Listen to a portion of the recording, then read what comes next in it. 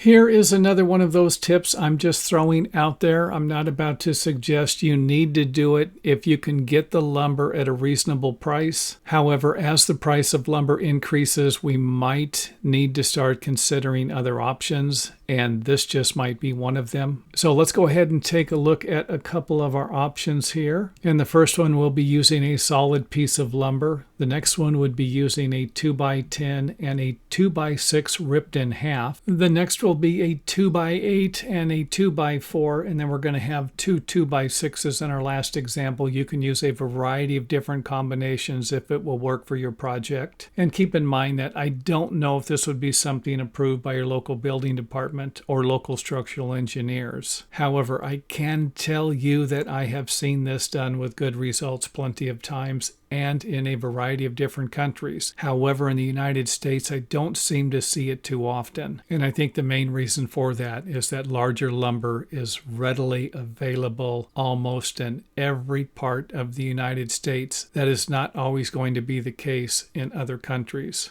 Let's go ahead and zoom in on our solid piece of lumber. This can be a 2x12 or a 2x14 larger lumber. This one here is going to provide you with the widest out of our example. This one here will provide us with the same width, I believe, as this one here, 11 inches. And if you are going to use this method, you're going to lay out the stringer from the front. So I just went ahead and moved these stair stringers back a little bit to provide you with an example of that. You're not going to be lining up a template with the back. You're going to be lining it up with the front. So let's go ahead and zoom out here, give you a better idea of what we're talking about, as all four of the examples have the stair stringers lining up with the front of the lumber, and of course what they would look like after we remove it. So we've laid out our stair stringers and have the largest one out of the group here, and then basically two with the same size over here. So let's go ahead and fix everything up. This is what it would look like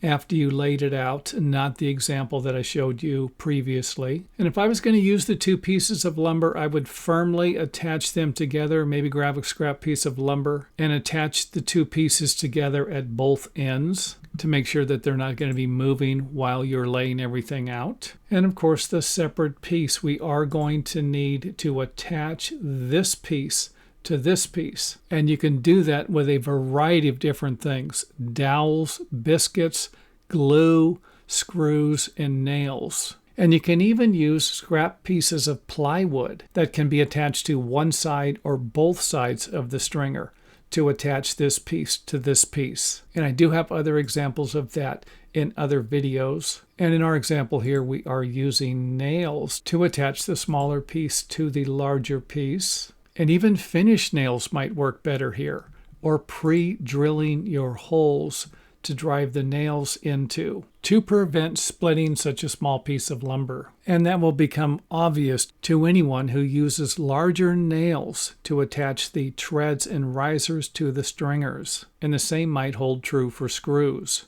because once we start driving the nails into the stair stringer, especially right here at the tip, we could end up splitting this small piece of lumber. And I've seen this done plenty of times when trying to attach two pieces of lumber together like this on lots of different projects I've worked on over the years. So I think the moral to this story is simple. If prices of lumber continue to increase or larger pieces of lumber become less available, then we might need to start using options like this one. And thanks for watching. Don't forget to check out some of our other videos on YouTube. And if you can't find the videos on YouTube, make sure that you visit our website to find a complete organized list of all of the videos we've made so far.